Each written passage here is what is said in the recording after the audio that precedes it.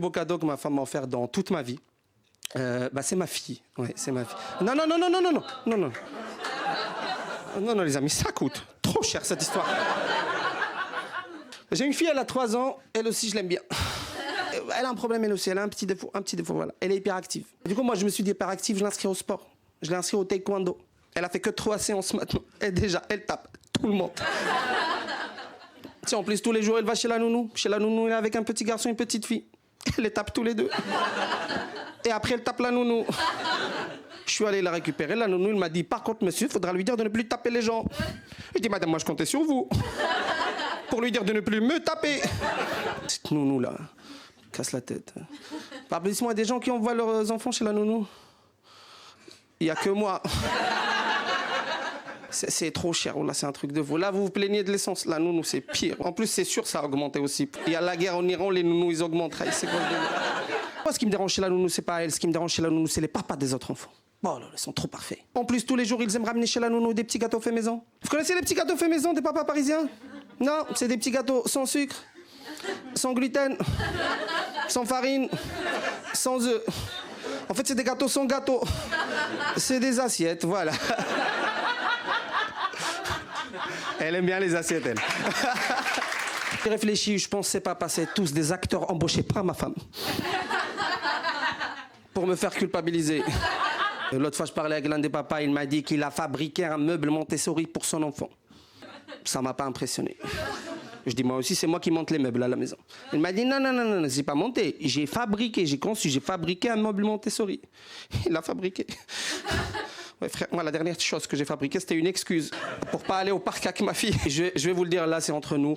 J'aime pas du tout aller au parc avec ma fille. Voilà, c'est dit comme ça.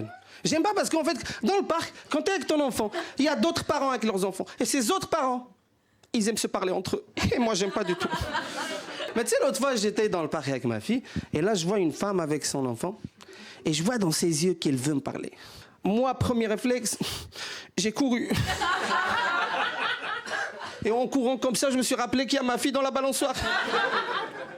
Je suis revenu la récupérer, là, c'était mort, elle venait vers moi.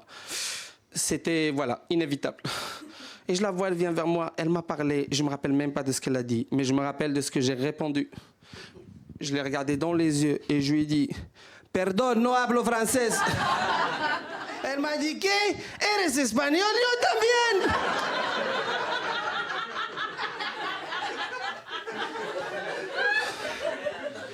J'ai dû faire semblant d'être mexicain pendant 20 minutes. Je parle même pas bien espagnol. Oh là, heureusement, j'avais une moustache. Ah, mais bon, je vais au parc avec ma fille parce que j'aime bien ça en vrai. J'aime bien ça, ça me permet de passer le temps un peu avec elle et tout. Et 3 ans, c'est un âge bien en vrai. Parce que 3 ans, les enfants, ils commencent à parler, ils comprennent ce qu'on leur dit et tout. C'est bien. Je me suis dit, maintenant que ma fille parle, maintenant qu'elle comprend, peut-être c'est le moment de lui dire un truc important sur elle en tant que personne.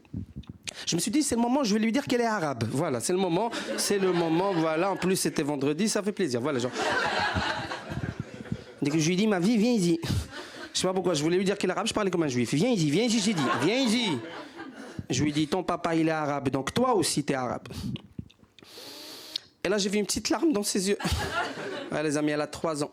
Elle sait déjà que arabe, c'est pas une bonne nouvelle en France. Voilà, frère, j'ai regardé ma femme, je dis, qu'est-ce que tu lui as dit encore sur les arabes? Elle m'a dit, moi, rien du tout. Par contre, chez la nounou, elle regarde CNews.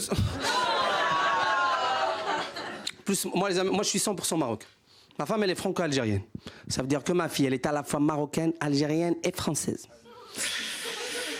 Et il y a quelqu'un, il a dit, aïe, frère. T'es une blessure. C'est qui l'a dit? C'est toi. Toi, t'as des origines? T'es quoi? Algérien. C'est tout. Donc, il n'y a pas aïe.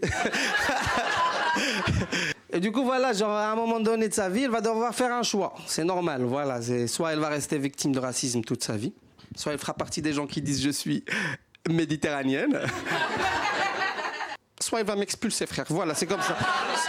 C'est ma vie, tu vois. Depuis que je lui ai dit ça, je la vois, elle est pas bien, elle pleure et tout. J'ai voulu la consoler, je lui ai dit « t'inquiète pas, ma fille, t'es aussi française ».